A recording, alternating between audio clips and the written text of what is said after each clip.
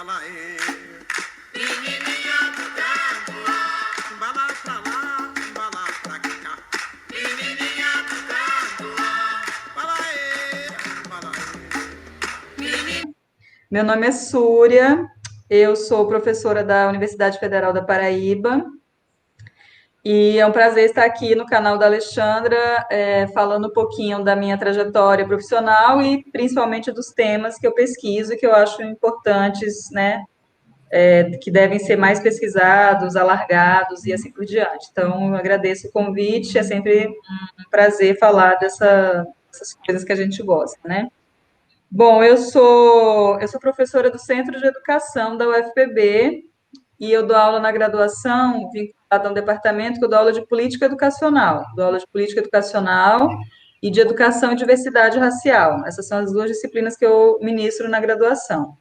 Mas a minha formação inteira é na área da história da educação. Então, eu me formei na USP em História, né, fiz licenciatura e bacharelado em História, me formei em 2001, e em 2002 eu entrei no mestrado na Faculdade de Educação da USP. Então, eu fiz o mestrado, terminei o mestrado em 2005, e no mestrado eu estudei a escolarização da população negra em São Paulo no século XIX, na verdade, entre o final do século XIX e início do século XX, né? O recorte do meu mestrado é 1870 a 1920. Aí, depois de acabar o mestrado, eu estava um pouco cansada de estudar direto, porque eu tinha emendado a graduação, né, ao bacharelado, depois a licenciatura, que lá na USP eram dois diplomas diferentes, então fiz tudo um na sequência do outro. Antes de acabar a licenciatura, eu entrei no mestrado, aí eu acabei o mestrado e eu era professora, né, no último ano de mestrado, eu passei no concurso da Prefeitura de São Paulo, municipal, e dei aula de História durante um período para ensino fundamental, né, os anos finais do ensino fundamental. Meu salário era muito baixo, né, porque quando a gente entra, eu era jornada básica, hoje em dia mudou um pouco a nomenclatura, mas era assim, era a menor jornada, o salário era insuficiente, por várias questões, inclusive pessoais. Eu prestei me candidatei no processo seletivo e comecei a dar aula na UNEB. Então, eu me mudei de São Paulo para Bahia, para dar aula num campus do interior da Bahia. A UNEB é a Universidade do Estado da Bahia, que é multicamp. E eu fui dar aula em Valença, que é uma cidade perto do Recôncavo, né? Baixo Sul baiano. E muito próximo a Salvador, então eu ia bastante a Salvador também, mas eu dei aula durante 3 anos nesse campus, eu era professora visitante. Lá que eu comecei a minha trajetória de professora do ensino superior. Aí lá quando eu me candidatei ao cargo, era vinculada a estágio supervisionado, era uma disciplina qualquer, só que chegando lá eu dei umas 8 ou 10 disciplinas diferentes, porque era um campus pequeno, né, só tinha e continua tendo só 2 cursos, que era pedagogia e direito, com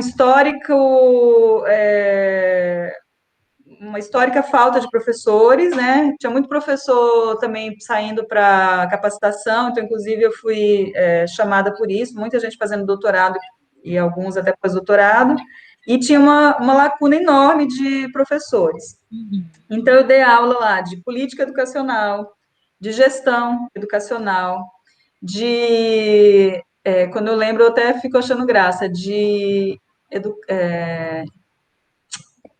esqueci agora, mas é de meio ambiente, educação ambiental, todas essas coisas que não tinham nada a ver nem com a minha formação, nem com a minha trajetória. Mas eu também dei aula de metodologia do ensino de história, dei aula de história da educação, então foram as vezes que eu dei aula de história da educação brasileira, e, para minha surpresa, quando eu cheguei, o currículo tinha sido recém-alterado, né, porque eu cheguei lá em 2006, início de 2006, e em 2003 tinha sido aprovada a Lei 10.639, e aí eles tinham passado por uma discussão que eu não peguei de alteração curricular, e desde 2005 tinha um currículo novo que tinha que ser aplicado a partir daquele ano e que incluía a disciplina Educação e Diversidade Racial.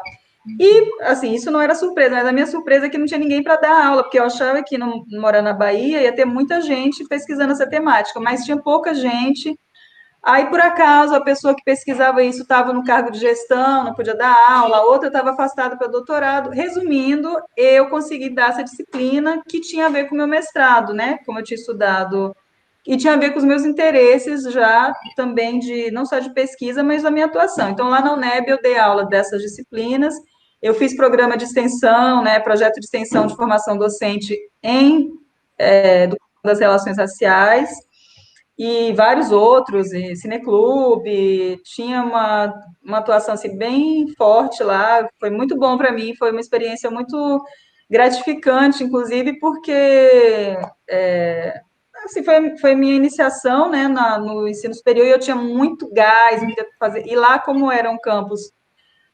pequeno, tinha muito professor que não era dedicação exclusiva, porque não era obrigatório ser dedicação exclusiva, então a maioria das pessoas não se dedicava tanto, porque se dividia entre outros. Enfim, resumindo, era um campo muito fértil e Uhum. eu trabalhei muito lá, foi muito bom para mim nesse sentido. Aí, só que era um contrato que tinha validade, né? Eram 2 anos que foram renovados, eram renováveis, mas a minha preocupação era que daqui a um ano ia acabar e não tinha notícia de concurso lá, porque eu, por mim, ficaria lá, porque eu adorava a Bahia, como adoro, aliás, Uhum. gosto da Bahia. Gosto da Paraíba também, mas eu adoro a Bahia. Aí, eu prestei o concurso aqui na UFPB e fui chamada e mudei para cá em 2009. Resumindo, é isso. Aí, para cá, eu já fiz um concurso mesmo, para essa área de política educacional, né? Era um concurso para quem tivesse licenciatura e mestrado em educação, então não tinha um recorte muito específico, e eu passei, fui chamada,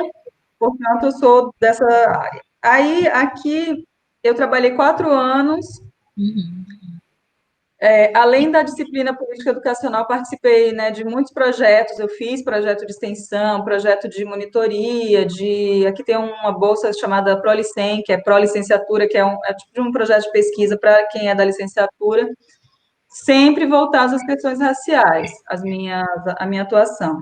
Eu conheci no fim do primeiro ano que eu morava aqui, uma professora que é muito importante na minha trajetória, que se chama Solange Rocha, historiadora, e aí juntas nós fizemos muitas ações, inclusive a criação do NEAB daqui, né, da UFPB, o Núcleo de Estudos Afro-Brasileiros e Indígenas da UFPB. Aí, depois de 4 anos, eu saí de licença e fiz doutorado na USP também, na mesma linha que eu tinha feito mestrado, que é a de História e Historiografia da Educação, só que aí na tese eu já estudei a Paraíba. Então eu fiz um projeto que era semelhante ao mestrado, não era a mesma coisa, era semelhante, mas era estudar a relação da população negra e a educação aqui na Paraíba no século XIX.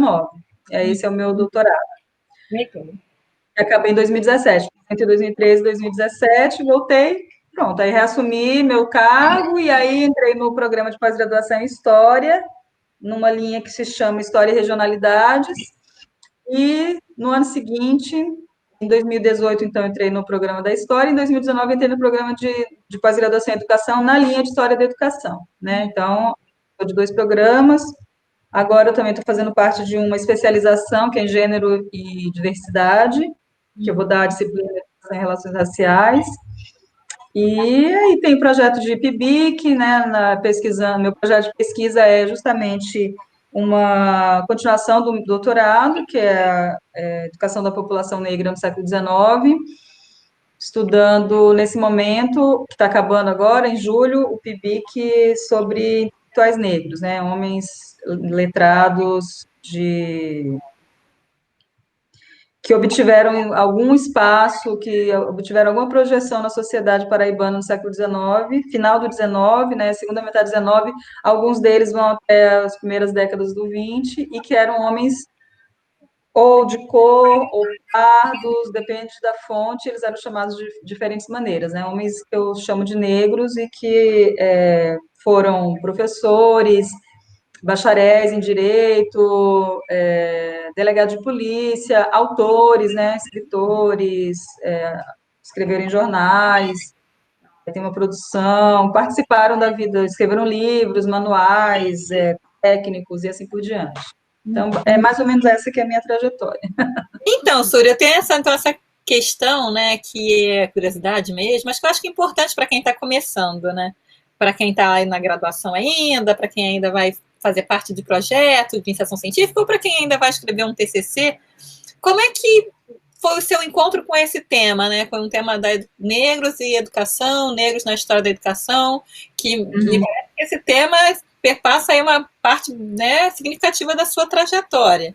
E aí, como é que é esse encontro? Quando eu fiz história, lá no curso de história, na época que eu fiz, eu acho que hoje deve ser parecido, mas na época que eu fiz o curso de história da USP, tinha muita discussão sobre a temática das relações raciais no Brasil, muitas, assim, em muitas disciplinas. Eu fiz algumas disciplinas específicas, né, umas optativas, mas mesmo nas disciplinas mais gerais, esse tema sobre escravidão, abolição, estava muito presente.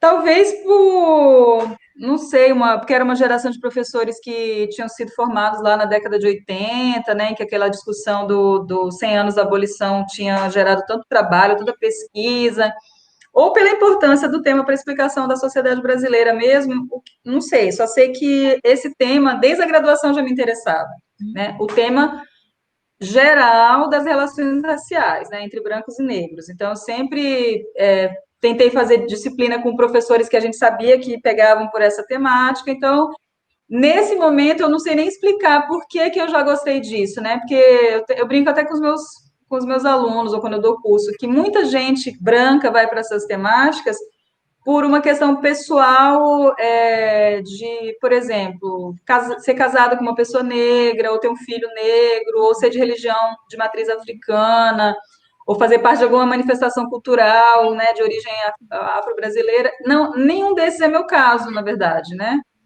Na, na época da graduação, eu já me interessei por essa temática, de maneira, assim, geral. Inclusive, eu tive, durante a graduação, várias ideias, várias vontades de fazer iniciação científica. Na época que eu fiz a graduação, não era tão fácil quanto foi durante... Eu não vou dizer que é fácil hoje, porque agora a gente está vendo o retrocesso, né? Mas durante os anos 2000, aqui mesmo na UFPB, teve momentos de não ter aluno interessado e ter bolsa, né? E os professores, preciso de uma pessoa querendo fazer. Então, essa realidade que os estudantes, as nossas estudantes, acham que é assim, não era assim, né? Eu, por exemplo, fiz a faculdade de 97 a 2001, era o ano, era uma estadual, né? Uma estadual paulista, mas eram aqueles anos de precarização da Universidade Federal, isso também influenciava na Universidade Estadual, São Paulo, governado pelos tucanos, né, durante 200 anos. Então, eu tive muitas ideias de iniciação científica e várias delas eram relacionadas às questões raciais, né? Eu lembro até de uma, por exemplo, eu fiz história ibérica, aí eu fui atrás da professora porque numa das aulas ela falou que já existia escravidão em Portugal, antes até das novas terras, dos descobrimentos. Aí eu já fiquei com aquela vontade, aí depois eu fazia uma disciplina de história da América. Aí eu ia lá para a professora, pensei no projeto, né, para pensar na questão negra em vários países da América Latina. E eu não consegui nenhum desses, né? Eram todos projetos que eu pensava e depois não conseguia levar para frente. Aí, quando eu estava no terceiro ano de graduação, eu comecei a fazer uma iniciação científica no Centro de Memória da Educação, que é um centro que ainda existe lá na Faculdade de Educação, que na época era coordenado por um conjunto de professoras, né? Muito importantes no campo até hoje, a Diana Vidal, foi minha orientadora de iniciação científica, a Carmen Vidigal, era uma das professoras, coordenadoras, a Marta Carvalho, que depois virou minha professora orientadora de doutorado, a Maria Lúcia Riosdorf.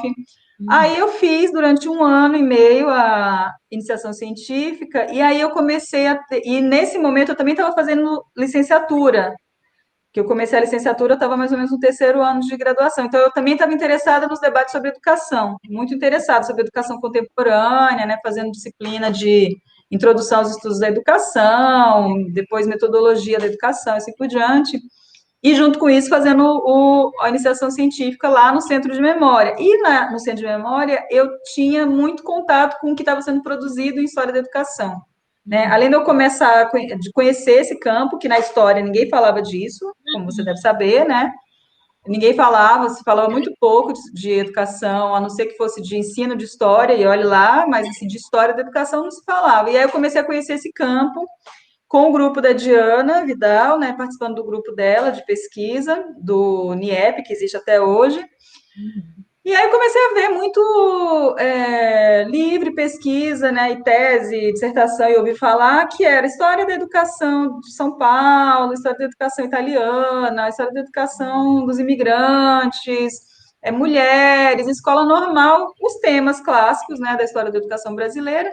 E aí eu vi que não tinha nenhum sobre história da educação negra, né? Então foi assim, foi essa conjunção de interesse pelo tema, minha formação em história e contato com as pesquisas. Aí eu estava para me formar e a Diana me chamou para conversar. E aí, você vai se formar? Lá na história não tinha TCC, né? Não se fazia isso, trabalho de conclusão de curso.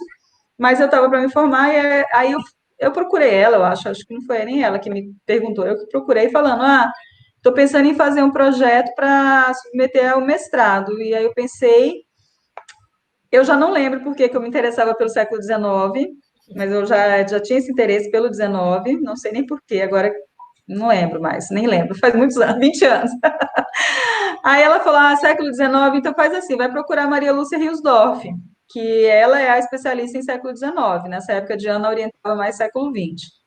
Aí eu fui atrás da Riosdorff, que foi super receptiva, foi uma maravilhosa orientadora. Aliás, eu tenho muita sorte, eu só tive orientadoras boas. A Diana, na iniciação científica, com um projeto que não tinha nada a ver com isso, era um projeto ligado a arquivo, a limpar documento, organizar documento, mas foi ótimo para a minha vida também, né, ter esse contato. Aí eu levei para Maria Lúcia Riosdorff a ideia, e ela foi me orientando. Ela nunca tinha orientado um trabalho nessa temática, né? Então, quando as pessoas hoje, 20 anos depois, vêm falar isso, né? Porque eu não posso orientar porque eu não conheço. Aí eu sempre lembro que a Maria Lúcia, ela não conhecia, assim, claro, ela era super especialista em século XIX, tinha algumas coisas já começando a serem pesquisadas, que ela tinha algum contato, mas não era a temática dela. A temática dela era história feminina, né? Educação feminina e protestante. Era isso que ela pesquisava, gostava e orientava. Mas ela topou me orientar. Aí eu fiz o projeto, submeti, entrei, pedi bolsa na FAPESP e o parecer veio que eu não ia, não me deram bolsa, alegando que eu não ia conseguir fazer aquela pesquisa, porque não tinha fontes para tratar daquele assunto. Infelizmente, eu não tenho mais esse parecer, porque eu me mudei muitas vezes, eu perdi, mas é um documento super significativo, muito importante. Infelizmente, eu não tenho mais. Aí a gente ainda entrou com recurso, mas não consegui, mas eu consegui uma bolsa do CNPq e fiz o mestrado em 3 anos, né? Era como as pessoas faziam, 1 ano sem bolsa e 2 com bolsa. E meu mestrado foi muito, muito bom, assim, deu certo, né? Foi bastante elogiado. Quando eu comecei a pesquisar, aí eu comecei a ver que não era tão original assim, que eu brinco com os meus alunos, que a gente sempre, quando faz o nosso projeto, a gente acha que é super original, que a gente vai revelar uma coisa que... Aí eu comecei a ver que não era bem assim. Então, primeiro de tudo, a Maria Lúcia Riosdorff me falou, vá ler o trabalho da Zeila De Martini, que é um artigo que eu considero pioneiro nessa temática, né? Um artigo de 1989 que se chama Escolarização dos Negros em São Paulo.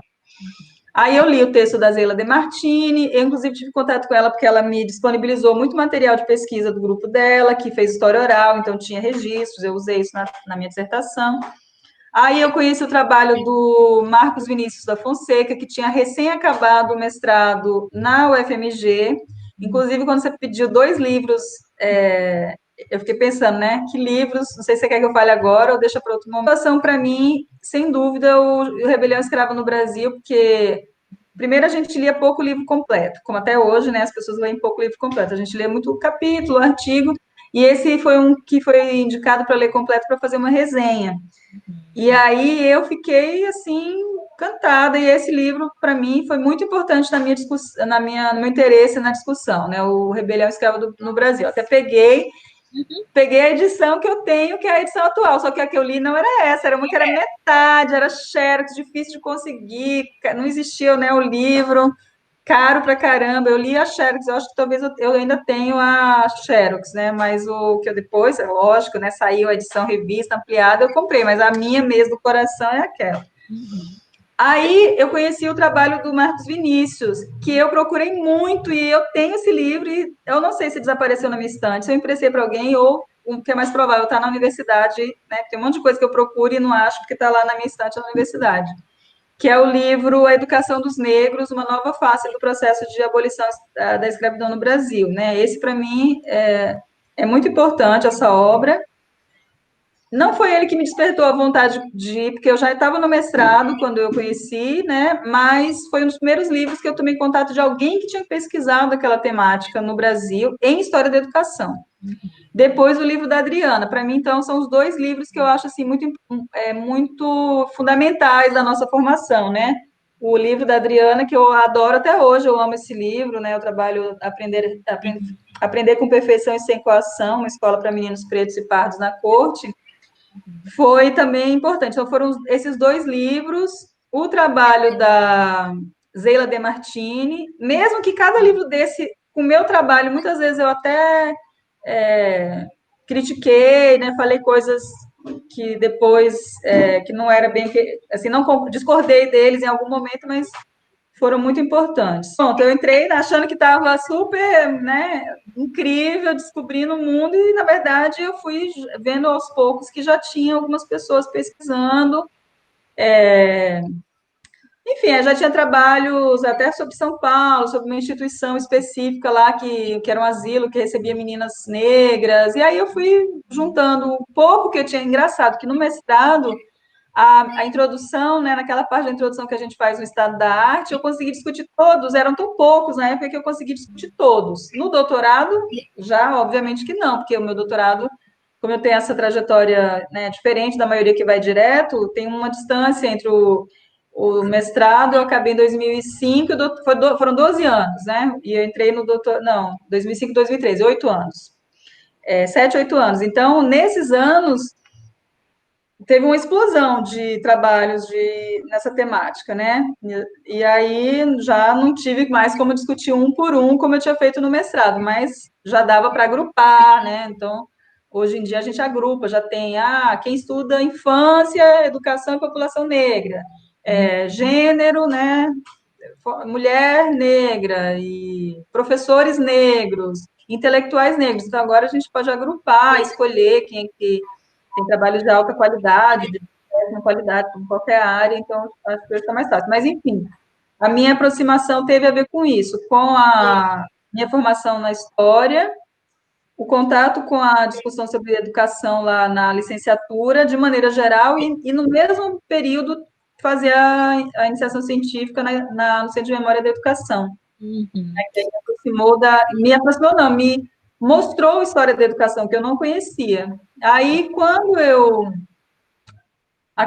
fui lá para a Bahia, como eu contei, né, que fui trabalhar na Bahia, eu já tinha, então, total definição dessa área, né, de interesse, e aí, já a partir daí, todas as minhas escolhas foram no sentido de continuar. Então, foi essa aproximação. Não precisei casar, nem ter filho, nem nenhuma questão assim, religiosa ou cultural específica para me aproximar dessa temática. Então, primeiro, as pessoas têm a ideia equivocada de que as pessoas negras não se instruíam, né, no século XIX, pegando XIX, né?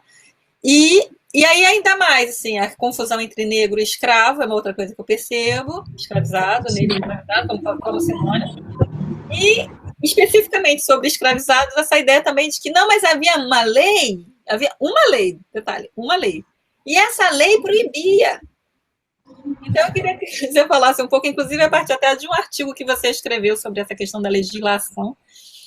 Quando eu comecei a pesquisar, né, e aí comecei a ler as justificativas para não ter pesquisa, para ter tão pouca pesquisa sobre essa temática, iam nesse sentido, né?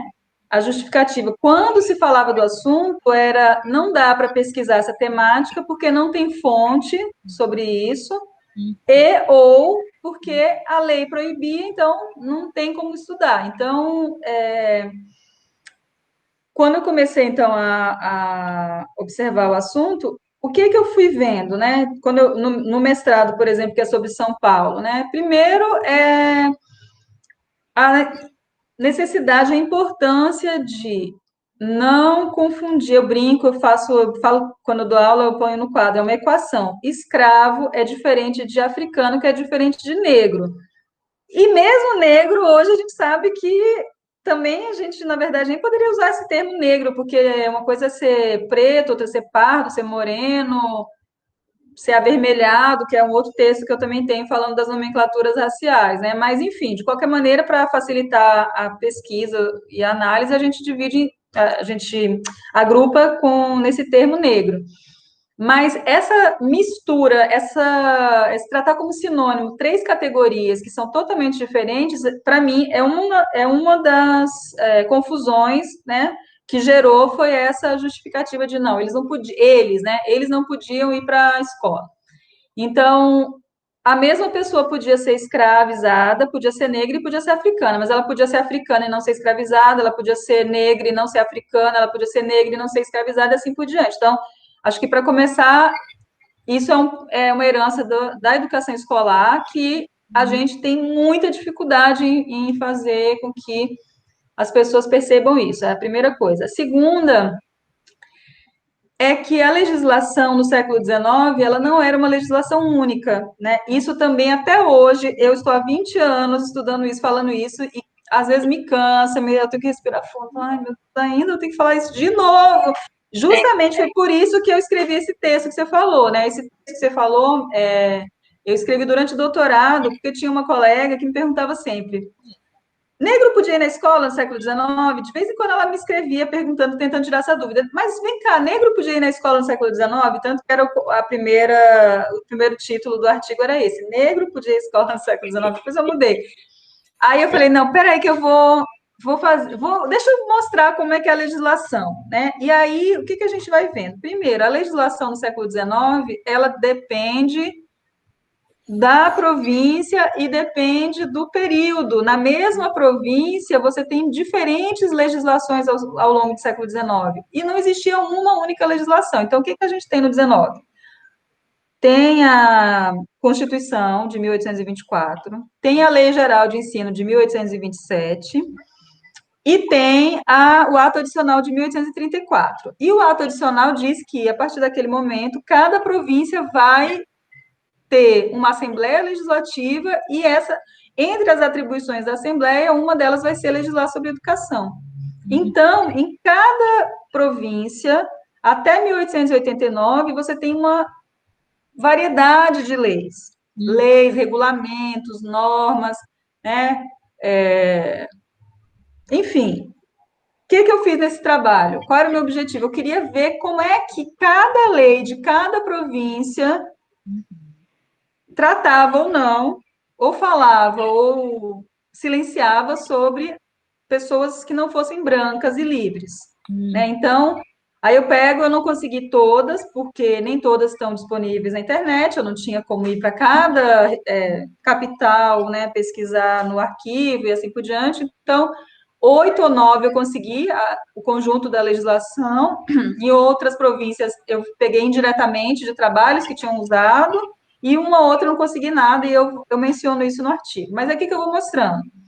Eu dividi em períodos, né, em 4 períodos, porque eu via algumas similaridades naquele período entre as legislações. Então, por exemplo, décadas de 30 e 40, aí eu pego 1835 em Minas Gerais e no Rio de Janeiro e Goiás, enfim, eu já não lembro das províncias, mas assim, tem uma lei que proíbe a matrícula de não livres, não usava nem a palavra escravo, não livres. Aí depois, aí tá, eu vou mostrando isso em cada província. Aí décadas de 50 e 60, na mesma província que tinha dito lá em 37, não livres, agora proíbe para escravo, né? Então, Paraíba, por exemplo, em 1837, aqui na Paraíba é a primeira lei paraibana, que ia entre as questões, que não era só para isso a lei era para falar da educação oficial, que é outra questão que eu vou falar daqui a pouco, né? Ela, primeiro, 1837, proíbe para não livres.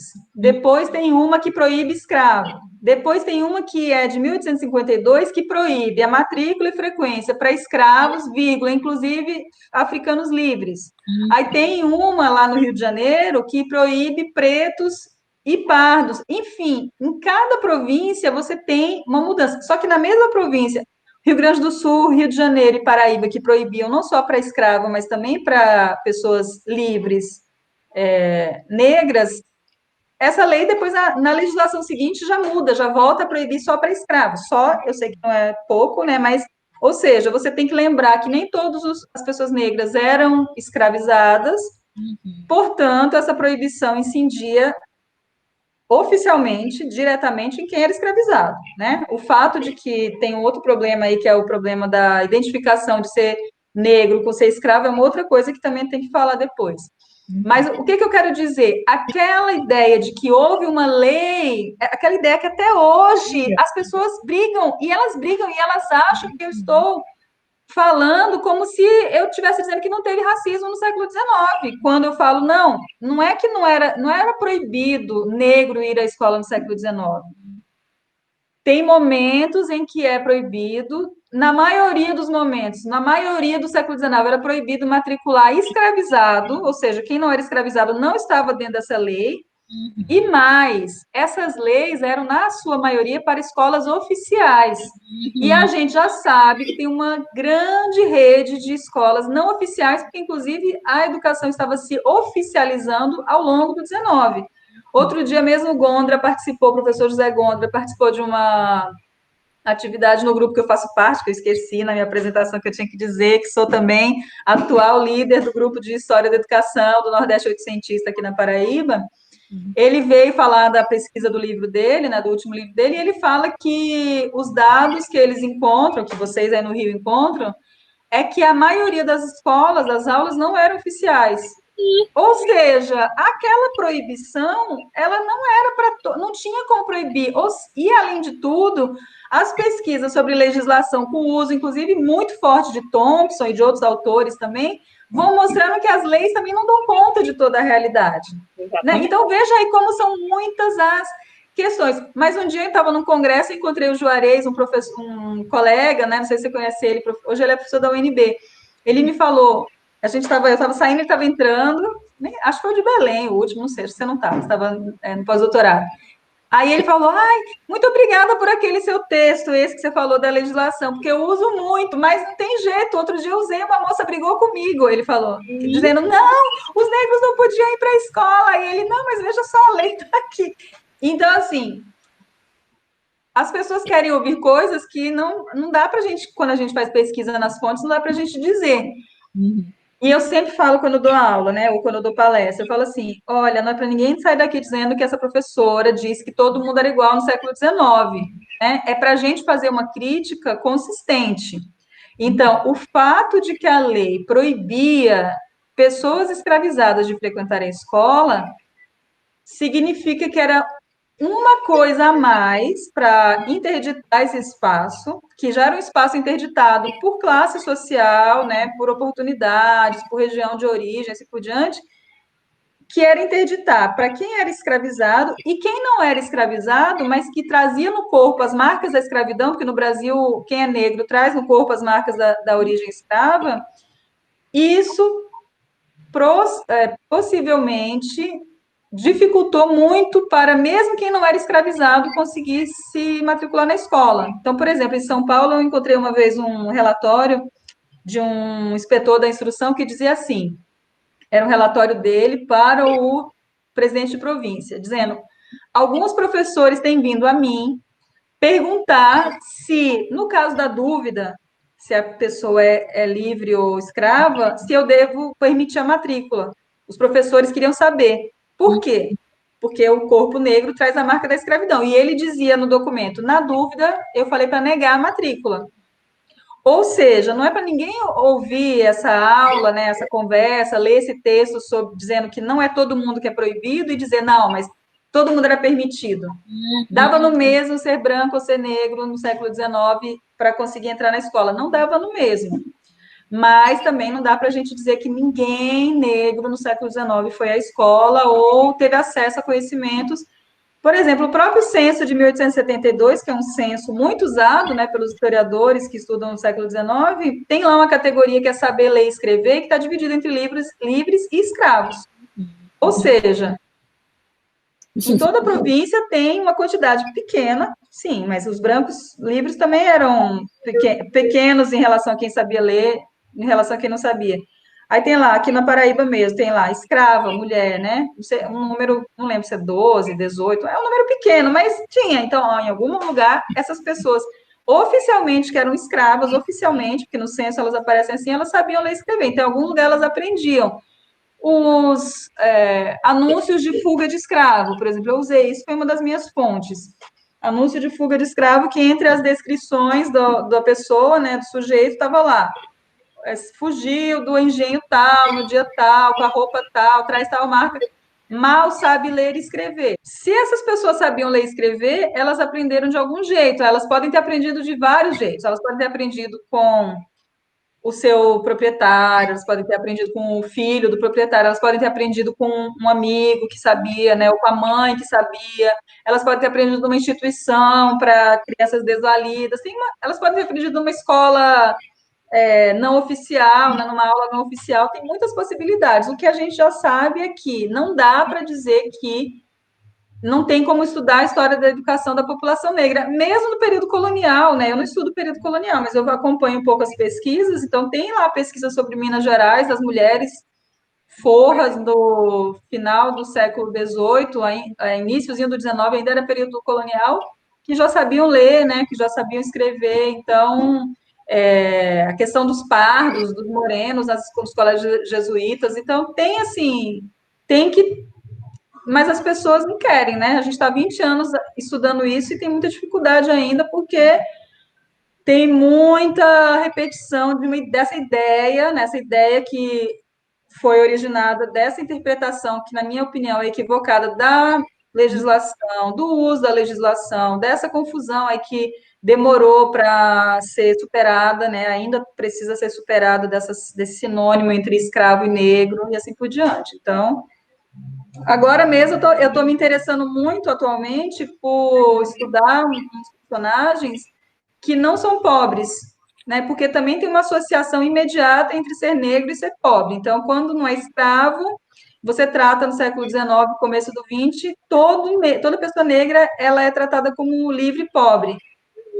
É verdade que a maioria é livre e pobre, como hoje a maioria dos pobres são negros, mas você não pode deixar de lado que existiam experiências diferentes. Então, eu estou estudando nesse momento, por exemplo, o último texto que eu escrevi, que deve sair em algum momento, é sobre um homem chamado Vicente Gomes Jardim, paraibano, nascido em 1844 ou 46, eu esqueci a data exata, na década de 40, e morreu no começo do século XX. Ele é um artista, né? Artista no sentido do século XIX, um trabalhador especializado, que começa como aparecendo nas fontes como pedreiro, depois ele aparece como mestre de obras, depois ele aparece como arquiteto, né? E ele, não só, ele era responsável por muitas obras importantes aqui da Paraíba, né? Ponte, Companhia dos obras ligadas à Marinha, né? O prédio da Companhia dos Aprendizes Marinheiros, açude, um monte de obra importante, como ele ainda escreveu duas obras. Uhum. Ele tem uma obra chamada Monografia da Cidade da Paraíba, que é uma obra usada até hoje por quem estuda urbanismo, arquitetura, história da cidade, né, da capital da Paraíba, que ele escreveu, como se fosse uma topografia da capital. E ele tem um manual que chama Manual do Arquiteto Brasileiro, que é um livro para ajudar, ele diz, para ajudar os trabalhadores, né, ligados à construção, que hoje a gente chama de construção civil, ensinando técnicas, ensinando teoria, e é uma coisa assim, maravilhosa, que as pessoas às vezes usam os livros, nem sabem quem é o autor, e muito menos que ele era um homem negro, um homem que foi da Irmandade de Homens Pardos, né, que é chamado nas fontes, em algumas poucas fontes, quando se fala dele, se chama ele de homem de cor. Então, e ele, ou seja, ele não era nem um homem filho de um senhor de engenho, como tem aqui o Cardoso Vieira, um outro homem negro paraibano que já foi bastante estudado, que é filho de uma mulher negra, que tem uma discussão, talvez uma liberta, mas assim, ele era filho, o Cardoso Vieira é filho de um casamento oficial entre um senhor de engenho e uma mulher negra. Portanto, ele é filho da elite. O pai dele tinha um monte de escravo. Ele depois vira abolicionista, o Cardoso Vieira, dono de jornal, um jornal abolicionista. Ele estudou direito em Recife, mas ele era filho da elite paraibana. O Vicente Gomes Jardim, não. Os pais são anônimos, eu não consegui encontrar ainda, não sei quem são os pais, não sei se os pais eram livres ou libertos ou escravizados, eu não sei quem que ajudou ele a estudar, eu não sei muita coisa, mas ele também não era um homem pobre, né? Ele não era um homem livre pobre, ele era um homem que hoje a gente chamaria de um extrato intermediário da sociedade. Ele se anunciava no jornal, anunciava seus serviços no jornal, vivia numa região central da cidade, ou seja, onde as pessoas mais miseráveis não viviam.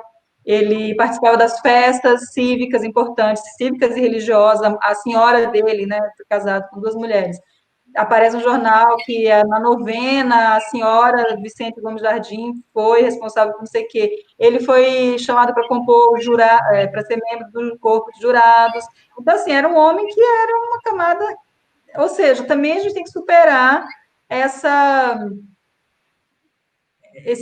tratar como sinônimo, né? Ou o negro ou é escravo ou é livre e pobre.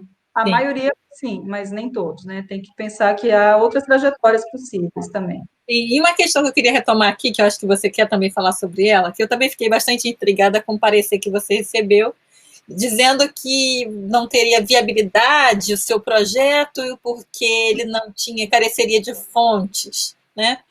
Então, essa ideia, e aí eu escuto que a grande questão em relação à população negra no Brasil e à escassez de fontes é porque o Rui Barbosa queimou tudo. Então, eu já ouvi algumas vezes.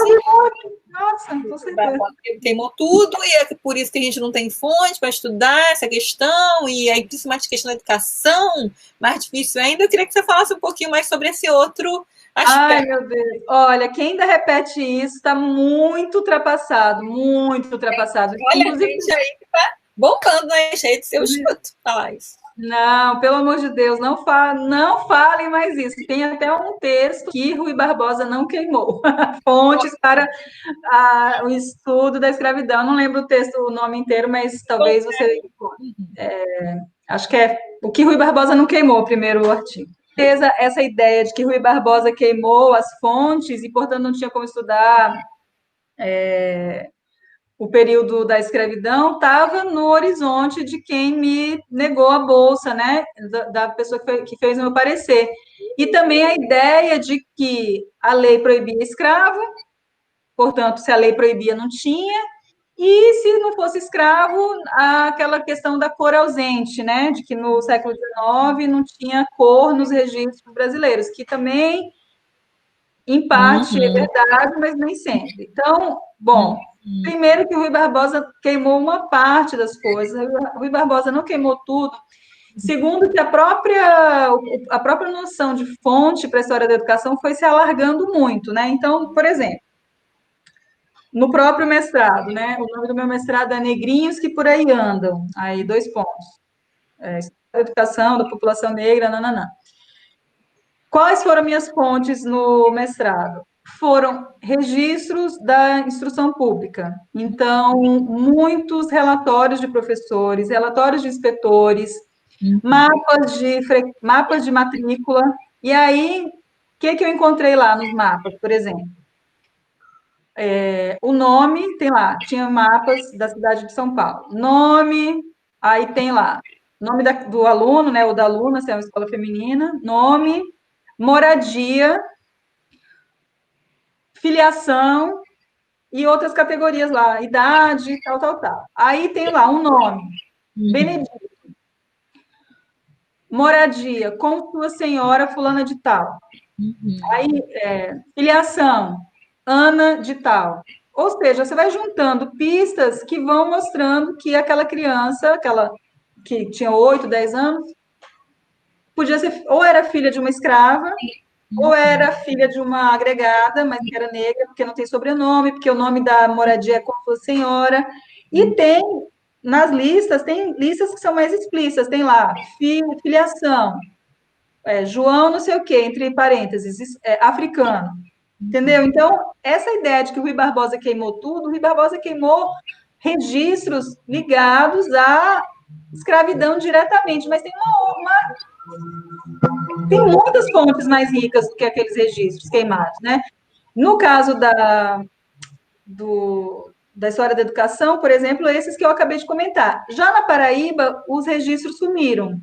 Na Paraíba não tem mapa de matrícula, nem de frequência, e nem relatório de professor. Eles desapareceram. Eles faziam, a gente sabe, mas eles desapareceram.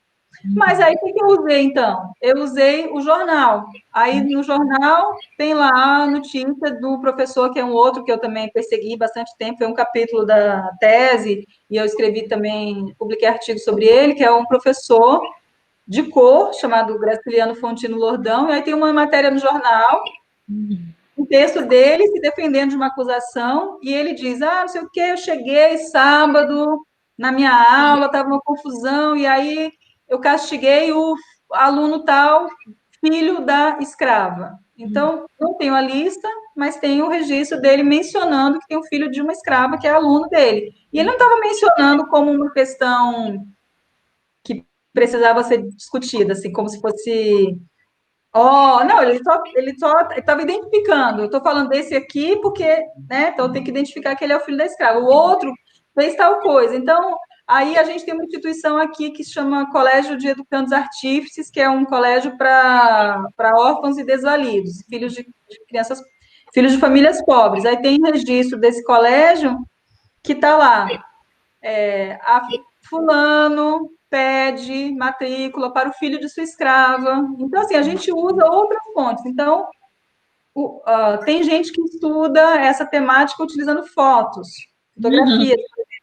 O trabalho que a Amália está fazendo sobre as professoras da Baixada já é sobre o século XX, né? Tem uma ideia de que a República embranqueceu totalmente a escola. Essa é outra ideia que a gente também a história da educação está revendo. A culpa disso é da própria história da educação, alguns trabalhos clássicos, né, que escreveram sobre o desaparecimento das professoras de cor, né, o trabalho da Maria Lúcia Miller, teve sua importância, tem sua importância, mas, por outro lado, criou uma ideia, uma expectativa em relação à República, o trabalho de R. Dávila, né, que a escola da Era Vargas expulsou. O que a gente está vendo? Que, mais ou menos, né, expulsou, excluiu, é uma escola elitista, mas, ao mesmo tempo, ela não eliminou totalmente. Então, a Amália Dias achou um acervo de fotografias que é incrível, que mostra muitas professoras negras na década de 20 até a década de 40, do século 20, ou seja, não é verdade que sumiram as professoras negras. A gente vai ter que levantar outras hipóteses. Será que elas sumiram das escolas principais, né, das escolas de prestígio? Será que dentro da própria malha lá da Duque de Caxias, elas não estavam nas escolas centrais, mas estavam lá nas escolas mais isoladas? Aí a gente pode e deve falar do racismo, né? Do que significa do impacto de ser negro ou de ser negra, a gente tem que falar, mas não dizendo que não existiam, né? As fotografias, as mesmas fotos que ajudaram a eleger uma tese, agora estão a mesmo tipo de fonte que a fotografia, estão mostrando outra coisa. A literatura é outra fonte. Eu usei um pouco de literatura também quando eu estudei em São Paulo. Então, o livro da Ina von Binzen, né, que era um livro super usadíssimo na história da educação, de uma preceptora alemã, uma preceptora que veio para dar aula para os filhos das famílias dos fazendeiros, e ela, nas cartas, ela fala de meninos pretos que estão assistindo a aula, aqueles meninos, não sei o quê, ela fala da escravidão. A Helena Morley, lá falando do final do 19 né, em Diamantina, ela fala de ter dado aula, são os diários dela, né, e ela contando quando ela foi normalista, que ela deu aula e tinha ou que o fulano, que era um senhor negro, que pagava para o irmão dela dar aula para os filhos dele. Ou seja, então a gente tem outras fontes, portanto, precisa ter sensibilidade, eu acho que tem que estudar bastante, né? Então, em relação, por exemplo, às listas de matrícula, você tem que ter algum conhecimento para ver aquilo, né? Então, por exemplo, hoje a gente já sabe que tem muitos nomes que são associados a escravos. Não é que todo mundo de Benedito era escravo, mas quando você pega o Benedito, que não tem pai, só tem o nome da mãe, a mãe não tem sobrenome, e ele mora com a sua senhora, que tem um sobrenome pomposo, São muitos indícios de que aquele Benedito não é branco, né? Que ele é filho de uma mulher negra que pode ser escravizada ou empregada ou agregada, mas assim, de tal, né? Esse nome, Ana de tal, Ana de tal. Não necessariamente ele era negro, mas tem uma grande chance que você junta isso com a moradia dele ser com a dona, não sei o que lá, não sei o que lá, não sei o que lá, com sobrenome pomposo. Então tem que estudar, mas aí, daí olhar as fontes. Por exemplo, jornais hoje são, acho que as fontes mais usadas são jornais da hemeroteca, né? Por causa da facilidade das pesquisas. Então, fazer pesquisa não só nas partes que falam de educação, mas, por exemplo, como a gente estava falando, os anúncios, fuga, venda, procura de trabalhador, pode não ser escravizado, pode ser de outros, né, ama de leite, ama seca, precisa-se de um molecote para trabalhar na tipografia, né, então são trabalhos ligados a palavras, e aí tem uma possibilidade grande aí no uso de fontes diferentes, né, então não é verdade que o Rui Barbosa não queimou tudo, ainda bem, dá para E já para a gente ir concluindo, como você já indicou essas leituras fundamentais aí na sua formação, tá? Agora eu vou fazer uma outra pergunta que também vai ser sobre livro, mas não esse livro assim acadêmico, essa coisa de, né, de pesquisa com fonte, mas queria que você indicasse então uma obra literária assim que ajudasse a pensar esse século XIX, essas relações raciais, uma obra literária que você gosta, que você acha que é importante para quem está em formação também ler. Ou para quem tem prazer também. Tá, mas antes eu quero falar de outra obra importantíssima que eu esqueci de falar na época do mestrado. Então, para mim, assim, o Rebelião Escrava no Brasil é do doutorado, da graduação, e no mestrado eu li um livro que eu não tenho ele, eu li da biblioteca, infelizmente eu não tenho, que é o Coroas de Glória e Lágrimas de Sangue, da Emília Viotti da Costa. Nossa, você foi longe, hein? Mas que é uma obra que para mim foi assim, eu já tinha feito o projeto, já estava no mestrado, né? Eu li no primeiro semestre, mas que foi muito importante para mim também. Então eu indico assim como duas obras fundamentais na minha formação de historiadora. Eu já estava na história da educação e essa obra da história, mas tem uma relação muito grande com o conhecimento escrito, né? Porque essa obra ela fala de uma rebelião numa colônia da América Central chamada Demerara, era uma colônia que tinha sido holandesa e depois inglesa. Eu até fui reler a resenha que eu escrevi na época, porque para lembrar, né, por que eu acho essa obra tão importante. E que era protestante, então era diferente da situação aqui da América católica, né, mas o papel da educação escrita, da educação formal, foi muito importante na rebelião daqueles escravos daquela região, porque ela fala, né, não fala só disso, mas assim, foi muito impactante para mim ler sobre isso. No João José Reis, isso aparece também, né? Porque os malês, eles eram escolarizados, eles eram letrados, eles eram muçulmanos letrados, então, inclusive tem outras pessoas que já pesquisam sobre isso, né? Isso aparece na rebelião dos malês, isso aparece na rebelião lá de Demerara, na revolta dos escravos de Demerara. No Haiti também. Então, isso aparece no Haiti, ou seja, tem uma importância grande aí do acesso às letras, né? Não só em relação a uma possível ascensão social entre os livres pobres, mas também para quem é escravizado superar essa condição. Então, eu acho essas duas muito importantes. Tá bom. Então, em relação a obras assim, tá. Em relação à literatura, eu sou uma leitora de literatura, eu adoro literatura. Para o século XIX, eu acho que as obras do Machado de Assis, né, são fundamentais. O livro do Sidney Chalub fala disso e tantas outras pessoas usam Machado de Assis, né, como fonte. Então, eu acho que as obras do Machado de Assis ajudam muito a gente a pensar no século XIX. Eu acho que o livro o Úrsula, né, da Maria Firmina dos Reis, é uma obra que eu indico, né? É um romance, não é um pouco para o meu gosto, é muito água com açúcar, né? Como para o meu gosto pessoal de leitora, porque é um romance daquele modelo do romance, do herói, da heroína, do sofrimento, né?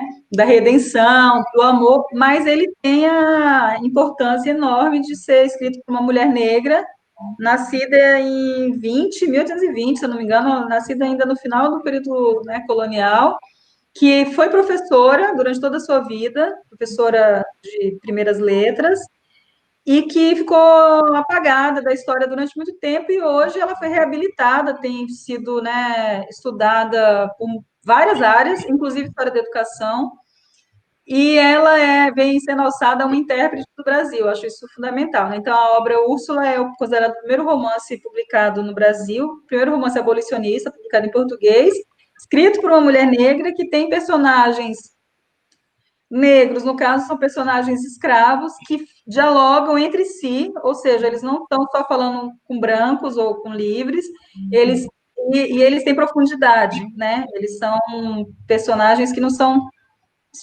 chapados, não são rasos, como muitos personagens escravos foram retratados por essa literatura romântica. Então, eu sugiro Úrsula, sugiro as obras do Machado de Assis. Para o começo do século XX, eu sugiro a Carolina Maria de Jesus, né, porque ela fala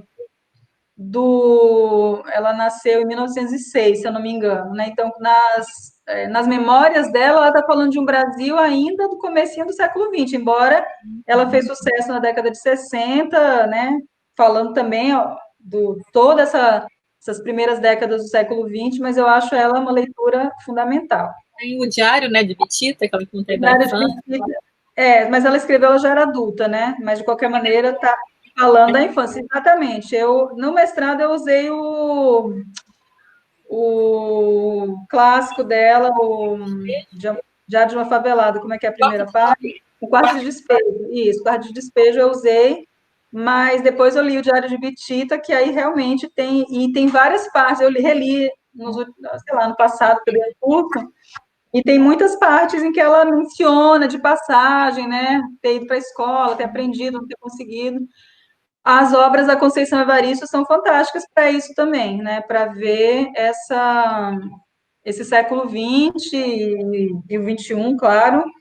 Bom, enfim, já saí do XIX, mas aqui, como eu gosto de ler, eu falo de vários, né? E eu tenho lido muitas autoras ou africanas ou da diáspora, né? Não brasileiras. E a que eu vou sugerir é uma nigeriana que eu adoro, tem 3 livros publicados em português, que é a Buki Emeketa, que é maravilhosa, e ler junto da Carolina Maria de Jesus e da Conceição Evaristo é muito interessante. É impressionante como é que tem similaridade. Ela é nigeriana e depois foi morar em Londres, né? Então, o primeiro livro dela se passa do final do 19, ainda saindo de uma região bem do interior da Nigéria, uma aldeia de onde ela é, eu esqueci qual que é a etnia dela, esqueci, não vou falar porque eu esqueci, mas ela vai morar, né, na capital, em Lagos, e aí é impressionante as similaridades. E depois as outras obras que já se passam com ela sendo uma imigrante, né, uma imigrante nigeriana, africana em Londres, passando muita fome, miséria, tendo um filho atrás do outro, né, uma dificuldade, mas as reflexões dela são maravilhosas, inclusive as reflexões dela em relação aos homens, inclusive aos homens negros, né, então ela se colocando como uma mulher negra, e aos brancos, e aos colonizadores, né, ela ridicularizando os ingleses que nem sabem que ela é super inteligente, porque ela estudou lá na Nigéria, foi bibliotecária, então eles tratam ela como uma ignorante, enfim, eu recomendo por prazer, por diletantismo, mas que também vai ajudar bastante nas reflexões sobre o Brasil, né, sobre a diáspora, enfim, me empolguei, falei demais. Mulheres, né, muito importante, mulheres. De literatura feita por mulheres, mas eu leio homem também, eu tenho até amigos homens. Sempre tem gente me falando isso, nada contra mim, tu tem amigos homens, né? Mas, assim, eu acho importante, gente. Eu acho que é muito por conta do que a gente não teve, né, na nossa formação. Eu acho que essas autoras que você traz aqui, eu, pelo menos, não tive essa oportunidade. Carolina, eu li na escola, né? Isso foi uma oportunidade, realmente, na escola pública. Eu li Carolina na escola pública, mas na minha graduação em História eu não tive com essas... Eu li a Carolina durante o mestrado. Eu já não lembro mais como é que eu cheguei a ela, como é que eu conheci, mas eu já tinha interesse em relações raciais desde a graduação, como eu te falei, Então, eu já ia atrás, assim, eu tinha amigos, né, ligados ao movimento negro, ou então eu participava de seminário, eventos, eram nem perto da quantidade de coisas maravilhosas que tem hoje em dia, né? Hoje tem muita oportunidade, tem um monte de gente falando, tem editoras, né, editando essas obras, tem um PDF circulando, não era nem perto, mas eu tinha muita curiosidade, já tinha muito interesse, então eu de alguma forma, eu conseguia chegar nisso, mas não foi necessariamente não foi na escola. Eu estudei escola tanto pública quanto privada. Eu não li essas coisas na escola. E na graduação foi muito mais por essa formação, assim, nas disciplinas tinha muita formação, como eu disse, João José Reis eu li na disciplina, né? A Maria Helena Capelato, Maria Helena Machado, né? Que é uma referência nos estudos de gênero e escravidão e pós-abolição, ainda hoje. Eu fiz aula com o Antônio Sérgio Guimarães, então eu com Prandi, né, o livro Mitologia dos Orixás eu comprei, né, quando eu fui aluna dele, então eu tive a oportunidade de ter muitos professores que falavam, e professores que falavam dessa temática, mas ver filme ou ler livros de literatura foi mais uma busca pessoal mesmo, que eu faço até hoje, então eu faço esse exercício, que hoje em dia tá fácil, né, hoje em dia não é difícil, hoje em dia, assim, só é difícil ter o dinheiro, né? A pessoa tem que ter, infelizmente, tem que ter o dinheiro, né? Porque não tem nem biblioteca. Isso também é uma coisa importante. Na minha graduação, eu usei muito a biblioteca da USP, a biblioteca da Letras, que era a biblioteca da FEFELESH, na verdade, né? Fazia história, era um departamento da FEFELESH. Era uma biblioteca maravilhosa. O livro da Carolina Maria de Jesus eu li da biblioteca. Eu li autores africanos dessa biblioteca. Então, eu não tinha dinheiro para ficar comprando livro, como hoje eu tenho muito mais oportunidade por ser professora universitária, mas eu tinha uma biblioteca incrível. Hoje a biblioteca, eu não sei como é a daí, a nossa é muito pobre, né? No sentido de não é muito atualizada. Mas para quem tem um pouco de dinheiro, né? Eu não compro roupa, não faço a unha toda semana, aí eu compro livro, né? Então eu compro muitas autoras estadunidenses, afro-americanas, eu amo, né? As estadunidenses também, a Maya Angelou, Toni Morrison, eu também indicaria essas, né? Eu tenho investido nessa leitura, desses autores e autoras. Homens também. Tem poxa, eu esqueci o nome deles, né? Eu sugeriria que foi um dos melhores livros que eu li também nos últimos tempos. E é um autor, acho que é da Tanzânia, se eu não me lembro. Esqueci. Um nome muito diferente, eu não lembro nem. Você pode cortar essa parte, porque não está ajudando em nada. Mas, enfim, é isso. A gente vai tendo que correr atrás também, né? Dessa formação lacunar, né? Sim. E por conta, né, da gente, né, ter essa experiência histórica específica, né? E aí, algumas coisas, inclusive, chegam aqui depois de 20 anos, como é o caso, por exemplo, da própria Toni Morrison e Com certeza. escritoras aí que só agora o mercado editorial brasileiro, olha, veja bem, nós temos público consumidor e leitor para essas obras. A Conceição Evaristo, ela publica desde a década de 80, eu acho, no Cadernos Negros. Eu só consegui ter acesso à leitura da Conceição Evaristo nos últimos anos, porque, enfim, não circulava, né? Brasileira, ou seja, eu acho que, assim, tá ruim, mas eu acho que tá melhor do que já foi. Eu não quero ser muito otimista, mas, ao mesmo tempo, a gente tem que reconhecer que teve uma mudança, né? Então, a própria circulação dessas obras, o aumento da quantidade de pessoas pesquisando essa temática, né? Muita gente jovem entrando, tendo interesse em estudar esses temas, eu acho que é. E para terminar, assim, em relação a uma coisa que você falou que eu esqueci de comentar, já que a questão são as relações raciais, eu acho que tem que ter pessoas brancas pesquisando e falando desse assunto também, né? Só porque teve uma hora que você falou, mencionou isso, eu esqueci de colocar, que é uma questão que eu sempre falo também nas minhas aulas. Eu acho péssimo só pregar para convertido, né? Em geral, eu prego para convertido, porque teve uma mudança ridícula no curricular aqui que fez com que a disciplina Educação e Relações Raciais passasse a ser optativa, para mim é um retrocesso. É uma optativa e acaba que, na maioria das vezes, quem procura é quem já tem algum interesse. Quando a gente faz curso de formação docente, a maioria que vai fazer é porque já tem algum interesse, né? Então, assim, a gente muitas vezes prega para convertido. Vai num GT de relações raciais, a gente está falando com quem já pesquisa, já tem interesse naquela temática. Eu preferia que fosse obrigatória para que a gente pudesse falar para quem não sabe ainda da importância, né? Mas aos poucos, acho que a gente vai alcançando mais gente, espero. Espero. Sim, então foi ótimo, Súria. Nossa, foi acho que uma, né, uma aula aí que daria muito Que debate. bom. Espero que gostem. Nossa, quanta indicação que você deu aqui, gente. Então, né, tem que anotar tudinho, correr atrás, ler. Muito obrigada mesmo, né? Acho que essa é a parte mais legal da nossa de pesquisar, é quando a gente conversa, né? Quando a gente pode trocar figurinhas, mas também, né, incentivar que outras pessoas continuem, né? Com certeza. Nos temas e descobrindo outras coisas. Então, eu achei, né, que foi muito generosa a sua fala. Então, muito obrigada mesmo. E aí eu te procuro para. Tá bom. Eu que agradeço a oportunidade. É sempre agradável falar de temas que a gente gosta de falar.